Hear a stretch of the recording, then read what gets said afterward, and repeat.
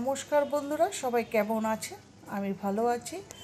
শুভ সন্ধ্যায় আজকের ব্লগটা আমি শুরু করলাম। আমি বনানী, আমার চ্যানেলের নাম বনানী ইনসাইড আউট। আজকের এই চ্যানেলে একটা দুর্গাপুজোর ব্লগ নিয়ে আপনাদের সবাইকে স্বাগত জানাচ্ছি। ছোটদের ভালোবাসা, বড়দের প্রণাম নিয়ে শুরু করলাম আজকের আমার দুর্গাপুজোর ছোট্ট ব্লগ।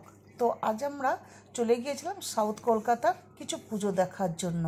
তো প্রথমেই আমরা রাজডাঙ্গায় ঢুকে পড়লাম। তো প্রত্যেক বছরই আমরা রাজডাঙ্গায় ঠাকুর দেখতে আসি, আর রাজডাঙ্গায় কিন্তু পরপর দুটো পুজো হয়। একটা বেশ একটু ছোট করে সুন্দর হয়, আর একটা বেশ বড় হয়। তো বড়টার তো বেশ থিম বা করে ওরা বানায়, আর এটার কোনো থিম ছিল না। যাই হোক, গত বছরও আমরা আমাদের ক্লাবের বন্ধুরা সবাই মিলে এসেছিলাম, এই পুজোগুলো দেখে গেছিলাম। এই বছর আমরা দুজনে আসলাম। তো আজ হলো তৃতীয়া। তো তৃতীয়াতেই চলে এসেছি। তৃতীয়াতে বেশ ভালোই লোকজনের ভিড়ভাট্টা ছিল, ভালোই লাগলো, বেশ সুন্দর পুজোটা ভিতরে। এইবারে চলে আসলাম বড় পুজোটার ভিতরে। বড় পুজোটাতে ঢুকতেই দেখছিলাম বেশ ঢাকের বাজনা বাজছিল, দারুণ, মনটা বেশ উথলা করে উঠেছিল, এত ভালো লাগছিল ঢাকের বাজনাগুলো। তো ঢাকের বাজনার এখানে কিছুক্ষণ দাঁড়িয়ে ঢাকের বাজনা শুনে এবারে ঢুকে পড়ছি ভিতরে। তবে এই পুজোটার থিমটা করেছিল ভারসাম্য, মানে ভারসাম্য বলতে যেটা ব্যালেন্স বোঝায়। তো এবার চলুন ভিতরে যাই। তো ভিতরে সমস্ত যেগুলো মানে আমরা ওই যে টিন, মানে জম ধরে যায় যে টিনগুলো বলি না, সেই টিন দিয়ে তৈরি করেছিল পুরো পুজোটা। বেশ সুন্দর, মানে মনে হচ্ছে না একটা কোনো প্রাকৃতিক দৃশ্য দেখছি, এত সুন্দর লাগছিল। আর এখানেও বেশ পুজোতে ভালোই লোকের সমাগমটা ছিল। বেশ আমরা কিন্তু দিনে দিনে 4টে নাগাদ বেরিয়ে পড়েছিলাম, তাই জন্য আমরা কিন্তু বেশ ভিড়টা এই জায়গাটাতে একটু কম পেয়েছিলাম।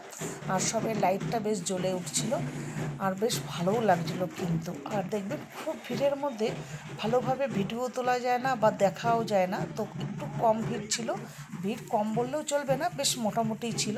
তো বেশ সুন্দর ভিতরে ঢুকে সমস্ত চারিদিকেরটা তুলে নিলাম, আর চারিদিকের বেশ সুন্দর বানিয়েছে, সেগুলোও সুন্দর দেখছিলাম, বেশ ভালোই লাগছিল দেখতে। আর প্রত্যেক বছরই আমি দেখেছি রাজডাঙ্গার এই মা দুর্গাকে মানে ভারী সুন্দরভাবে তৈরি করে, আর সুন্দর লাগেও কিন্তু। আর ওষুধটাও কিন্তু তৈরি করেছিল পুরো টিন দিয়ে, এত ভালো লাগছিলো। আমি প্রথমে ভাবছিলাম যে মা দুর্গা তো রয়েছে, দেখছি ওষুধ কোথায়। তারপরে হঠাৎ নিচে তাকিয়ে দেখছি যে বাহ, খুব সুন্দর করেছে তো চারিদিকটা, বেশ ভালো লাগলো আমার, কেন সবারই খুব ভালো লেগেছে। আর এই সুযোগ ছাড়বো কেন, মা দুর্গার সামনে দাঁড়িয়ে ফটাফট কটা সেলফিও তুলে নিলাম, এটা তো মিস করা যায় না, তাই না? তো আপনারা কি এখনও পর্যন্ত ঠাকুরকে দেখতে বেরিয়েছেন?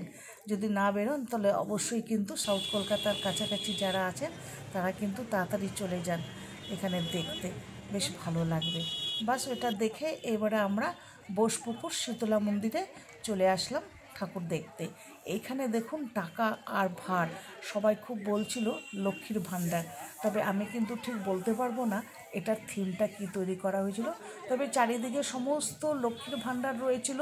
আমরা যেটা ছোটোবেলায় যে মাটির ভাঁড় কিনে নিয়ে আসতাম মেলা থেকে বা বাজার থেকে এনে আমরা খুচরো পয়সা বেশ জমাতাম না, সে ভাঁড়গুলো দিয়ে সুন্দরভাবে তৈরি করেছিল।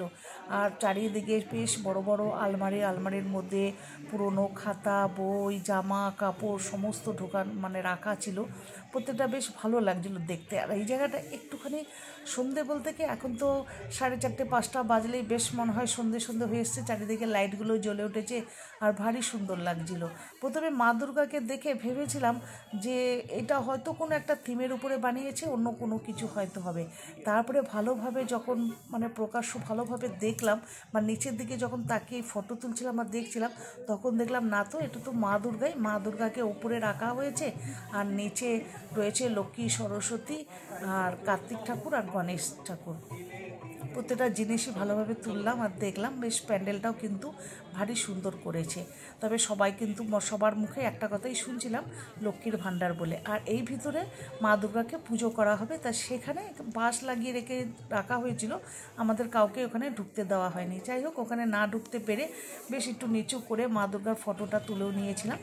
আর বেশি ভাণ্ডারগুলো দেখুন, প্রত্যেকটার মধ্যে পয়সা রয়েছে, এগুলো কিন্তু সমস্ত পয়সাগুলো অরিজিনাল, কেউ কিন্তু একটাও পয়সাতে কিন্তু হাত দিচ্ছে না। আর টাকাও কিন্তু অনেক রয়েছে, এগুলো কিন্তু সমস্ত একটু কাছে গিয়ে দেখছিলাম, বেশ অরিজিনাল টাকা কিন্তু এগুলো। বাস এখানে এটা দেখে নিলাম, দেখে নিয়ে এবারে বেরিয়ে পড়বো বোসপুকুরে তালবাগান সর্বজনীন পুজো দেখতে। আমি কিন্তু প্রথমেই বলছি, প্রত্যেকটার কিন্তু আমি থিম ঠিক করে বলতে পারবো না, কারণ কোনো জায়গায় লেখাও ছিল না, আর এমন কোনো কাউকে আমি পাইওনি যে কাউকে একটু জিজ্ঞাসা করব। যাই হোক, এবার ঢুকে বললাম এই ভিতরে। আর সবসময় এই তালবাগান সর্বজনীন পুজোটা যতবারই আমি এসেছি, দিনের বেলা হোক বা রাত্রেবেলা হোক, বেশ অন্ধকার করে রাখে, মানে ভালোভাবে পুরো স্পষ্টভাবে বোঝা যায় না কী ব্যাপারটা। তবে কিন্তু পুজোটা কিন্তু খুব সুন্দর করেছিল আর খুব ভালো লাগছিলো, বেশ হাত দিয়ে দিয়ে দেখছিলাম, বেশ ভারী সুন্দর লাগছিল। আর এখানে ছোট্ট করে মা দুর্গাকে স্থাপিত করেছে, এত ভালো লাগছিল। মা দুর্গা রয়েছে, পাশে লক্ষ্মী, গণেশ, সরস্বতী, কার্তিক সব ঠাকুরকে রেখেছে একসাথে, ছোট্ট বেশ সুন্দর লাগছিল দেখতে। আর আলোর এত প্রকাশ পড়ছিল যে মা দুর্গার ভালোভাবে ফটোটা নেওয়া যাচ্ছিলো। যাই হোক, যতটা পেরেছি জুম করে তুলেছি। আর এইখানে মা দুর্গার দেখুন রূপগুলো রাখা হয়েছে।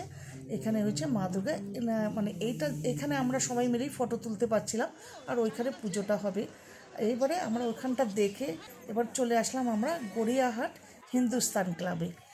হিন্দুস্তান ক্লাবের বেশ লাইটিংগুলো বেশ সুন্দর দেখা যাচ্ছিলো, কারণ অনেকটা সন্ধে হয়ে এসেছিলো, প্রায় তখন 6টা 6:30 বাজে। দারুণ লাগছিলো দেখতে, লাইটিংগুলো খুব সুন্দর হয়েছে, বেশ অনেকটাই ভিতরে হেঁটে। আর যত সন্ধে হচ্ছে ততই যেন দেখছিলাম বেশ একটু ভিড়টা বাড়ছিল, অনেকটাই ভিড় দেখুন বেড়েছে, অনেক লোকজনই এসছে।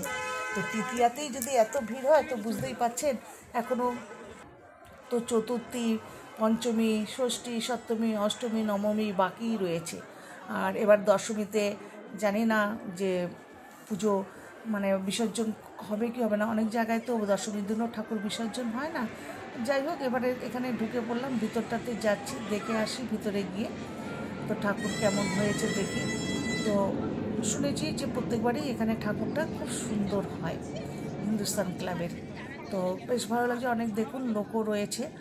আর এখানে বেশ বানিয়েছে, এখানে ওই যে রিক্সাগুলো আছে না, আমরা যে রিক্সাগুলো চড়ি সেই রিক্সার টায়ার, তারপরে সিট কভার, তারপরে বিভিন্ন মানে অনেক যে সমস্ত জিনিস দিয়ে বানিয়েছে। আর প্রত্যেকটা রিক্সা বেশ সুন্দর করে রেখেছে, ভারী অদ্ভুত আর ভারী সুন্দর লাগছিলো দেখতে, এত ভালো লাগছিলো। মানে লাইটিংয়ে না দেখলে এগুলো কিন্তু সত্যি কথা বলতে মিস করবে, যারা দিনের বেলা আসবে সেগুলো কিন্তু মিস করা হবে। তাই জন্য আমরা এবার একটু রাত করেই চলে এসেছিলাম, একটু রাত না, এই সন্ধ্যেবেলায় বেরিয়েছিলাম। আর এখন তো বোঝে নেই, 5টা বাজতেই অন্ধকার হয়ে আসে, লাইটও জ্বলে গেছে, বেশ ভালোই লাগছিলো চারিদিকটা। কিন্তু ওই জন্য আমি ভালোভাবে তুলেছি যাতে আপনাদের দেখে ভালো লাগে আর আপনারাও আসেন এই পুজোটা দেখতে। আর মা দুর্গার বেশ মূর্তিটাও কিন্তু খুব সুন্দর করেছে আর খুব ভালো লাগছে দেখতে।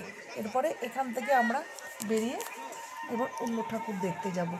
আর রাস্তাঘাট কিন্তু আমি বলে দিচ্ছি, এই তৃতীয়াতে গিয়েছিলাম বলে যে খুব ভিড় ছিল তাও না, মোটামুটি ঠিকই ছিল। তবে কিছু কিছু রাস্তায় একটু বন্ধ করে রেখেছিল পুলিশেরা, কি করা যাবে, কিছু করার তো নেই। যাই হোক, এবার চলে আসলাম আমরা ঘুরতে ঘুরতে সিঙ্গি পার্কে।